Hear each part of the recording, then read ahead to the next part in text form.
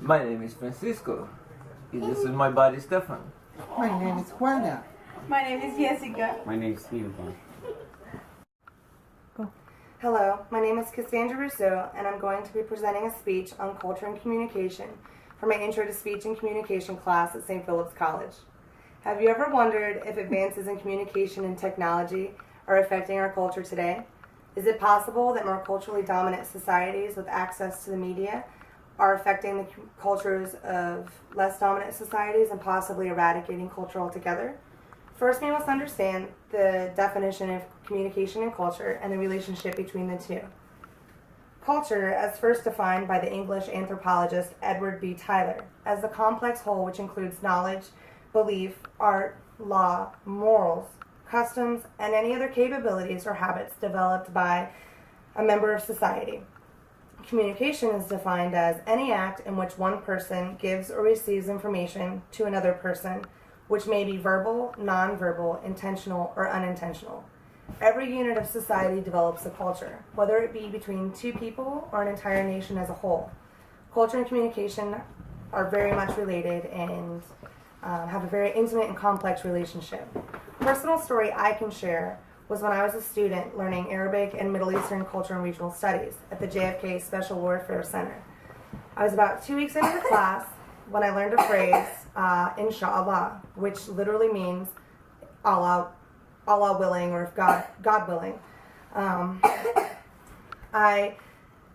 So I learned the phrase, and as I was going through the course, it was used very commonly between students to represent the hope of an event in the future and also the helplessness of man on whether this event was going to happen or not. So on a classroom break, when I was in the restroom washing my hands, one of the instructors came in and started making small talk. She was talking about, class and the schedule, and mentioned how we were possibly going to be released early on Friday.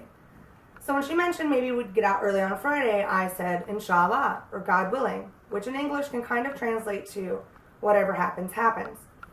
So not only did I, make a big mistake of not understanding her culture, I used the words Allah or God in an unclean place, which is a bathroom. So immediately the instructor rushed out. I didn't know what was going on. At that point, I didn't really speak the language, and I was approached by all the faculty after class to explain to me how I'd crossed a major line. I had to apologize, and I had to really work to redevelop that relationship with that instructor after I learned, how much culture can affect communication and the message you're trying to put across. So other things I learned throughout that course, for example, are showing the bottoms of your feet. Something that in my culture, every day it's acceptable. It doesn't bother, the average American if I sit with my legs crossed or showing the bottoms of my feet at all. Whereas in Arab culture, this is very offensive and even insulting. So, offering anything or receiving anything with your left hand can be offensive. Even if you receive a dish, if somebody brings you a dish of cookies, you can never give an empty dish back. You always need to give this dish back full of something else. So these are all things that we learned along the way, which was great in preparing me for a career overseas and working and living in another country, speaking another language, and being immersed completely in another culture. So I can definitely speak to the importance of learning culture and communication and how the two are directly in line with each other and how they will really affect the other. It'll definitely curb frustration if you can learn the culture of whether it be other people you work with or friends, family, or even if you are planning to work overseas. Learning the culture will help you not only be an effective communicator, but will help you understand them as well and will, get rid of a lot of frustrations. It'll help you be an effective communicator, a good leader, and develop and forge strong relationships in the future. So I can definitely stress that culture and communication are very important. Thank you.